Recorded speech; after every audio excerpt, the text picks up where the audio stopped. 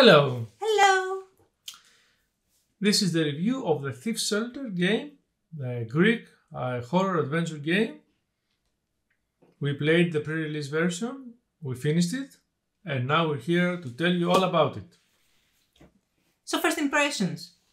I really like the way that the first person works. You can always go 360 while you're standing and look around pretty much at anything and everything. Mm-hmm. And then you don't have to walk around, with a classic FPS style games. You just have to it's a point and click game after all. So you just have to point your way to where you want to go and you're going. And then you're just standing and looking around. The graphics are very nice and almost everything is interactable. So what about you? You can sort of see the game behind us. This is a demo, so there's no real spoilers to see here. This is public already. And another thing, there's a giveaway, and we will talk about it at the end of the video. So, about me now. This is not really the kind of game that I usually play. When I play adventure horror games, I usually play first person, like that you can control where you go. Mm-hmm. So these are not really my kind of games, but I had a good time playing it. This is made by two people only, two persons. And considering this, I will grade it like a game that's made by two persons. I cannot compare it with a game that was made by a team of 10, 50 or 100 people. Considering this, the job is it's a very well done game. Mm-hmm. The graphics are very nice. Everything works fine, mostly in the demo. And now they fixed everything, and for two people, this is amazing, actually. I mean, I've seen AAA games full of bugs. This is great. Yeah, and the few bugs that we found, they assured us that they have been fixed already in the final version that you will play. Talking about dedication. The atmosphere is also great. I mean, it's quite dark, but it's not very intimidating because it's a point-and-click game, so you have time to think. Things are kind of scary in a very thematically gothic way, but it is very interesting. You can stay and look at it, you can process it, and the music is very nice. It surrounds the theme very nicely. Same with all the paintings and the antiques that are in the mansion that is the main game. And without spoiling too much, or without spoiling anything actually, I would like to say that there are surprises in store. The mansion, as always in these games, does not remain the same throughout. And you find some artifacts, let's say, I will not spoil it here in the game, that help you see more in the mansion and around it. That's all I'm going to say. And what I really wanted to say, the influences of the game are very clear to me. It's certainly influenced a lot by Layers of Fear, which is a game that I played in this channel with the other Eva, the Up Lady. We finished it together. Certainly inspired by that game. Whatever they say, if they say no, I will not believe them. I mean, it's got too many elements from that game.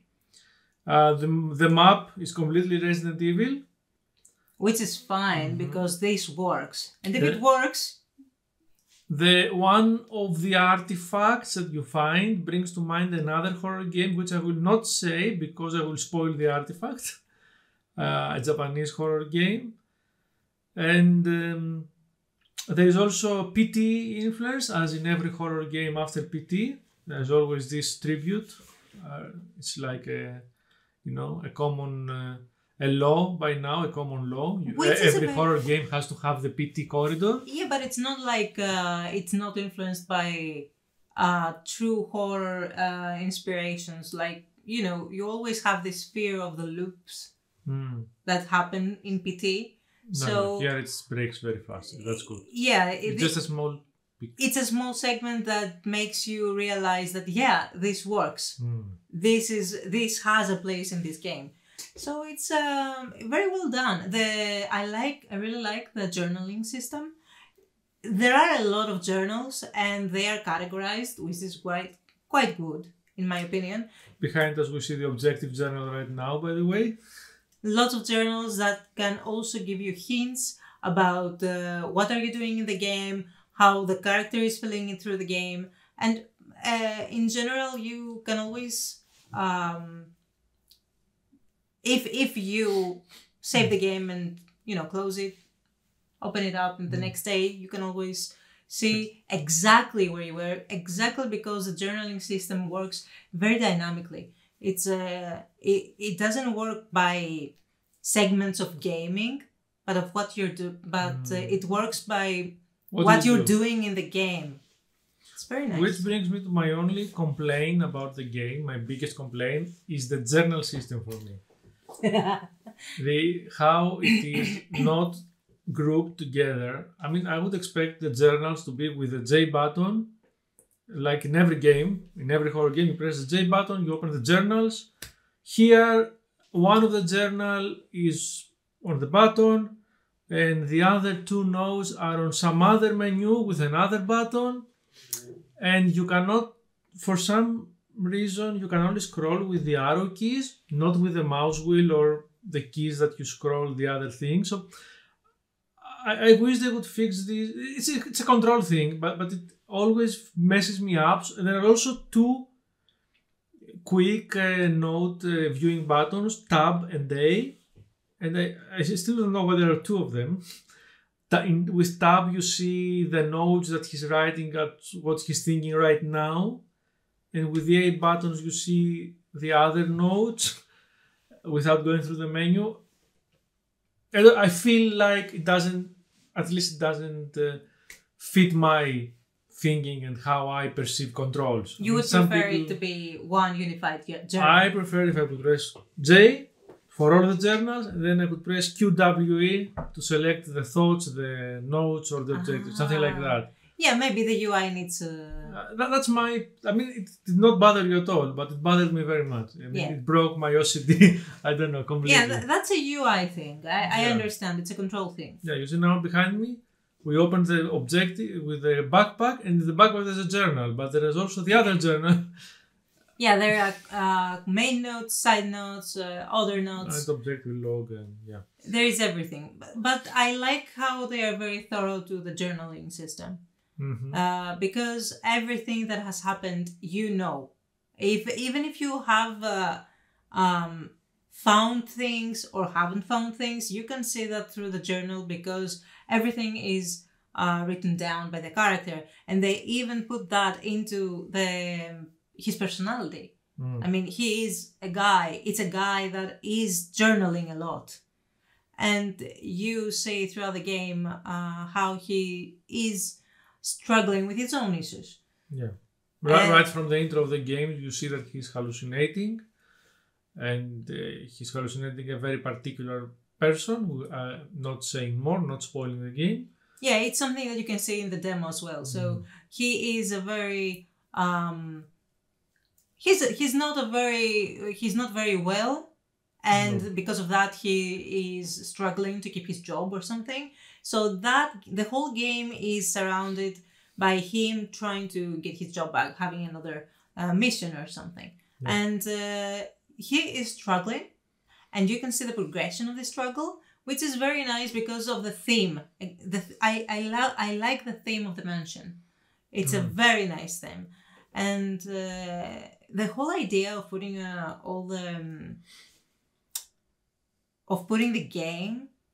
whole game, opening areas and sections little by little. I like it because you progress by going around the mansion and again and again and again. I know that this sometimes might be frustrating because you go around the same areas again and again. But if you maybe missed anything, or I don't know, a collectible, or another info that you didn't see before, or maybe even a cutscene that you didn't trigger before, then you have another chance to activate that and complete the game, have a more completionist run. Yeah, by saying the word completionist here, we should say that the game is for completionist people, so forever, and not for me. You really can collect some things, some masks. One appeared a while ago behind us. You can collect some videotapes and some other stuff. And in general, if you collect everything, you're getting a much clearer view of the story as to what we were told. I did not manage to collect everything in our playthrough. Maybe Eva later she will play it again. She will collect more things. Yeah, I think there are a lot of things that the developers wanted to put in the game, and you know, you cannot always put everything that you have your mind to. When the story you want to say sometimes is bigger than what you can actually show. So that is how you make lore. That's how you make journals. That is how you make every element that you can find for the game and make a completion for completionists. And that's how you make different endings sometimes. And this is a very nice way to do it. Sometimes they say show don't tell, but in this theme, in this particular theme, where you are when it's a detective, when it's someone that is having a mission and is searching through a horror mansion, that it's very thematically correct for me. And I like that. Special mention to the music. Yeah, the music. I think a guy named Meletios wrote the music. Maybe we should also ask him to make music for our game. It's very, very good. I really appreciated the music. I don't usually do in these games, but it was really good, on point, very fitting to the whole respect genre. To the music. Yeah, the music was excellent. Eva has some issues with voice acting. That's a pet peeve of mine. I will not go into it. It was in what was expected by a small team game.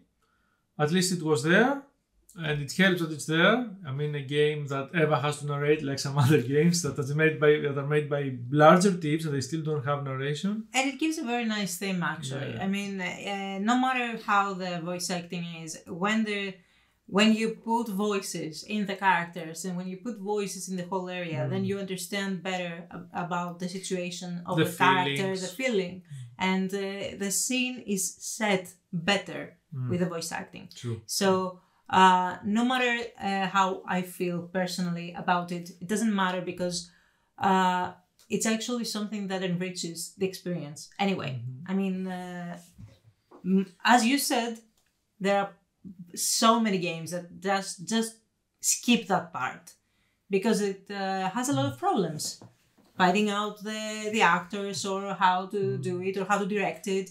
So they just skip that part and they leave everything to text. And it's not always better. Not when the music is so good. Not when the theme is so inspired by gothic and horror. When you need sound. I mean, that is very, very well thought out. So, all in all, we got this game for free from the developers. We should acknowledge that. It did not affect our review, as you have heard. However, the bottom line is, would we buy this game? Yes. I would. We would buy this game. We both would buy this game. We think it's very good value for its money. Yes. It's got replayability. It's got the completionist aspect for those that want it.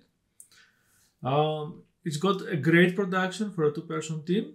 And I think that sums it up. I don't know if you want to add something or we'll go straight to the giveaway. As we said, as you said, it's very well made.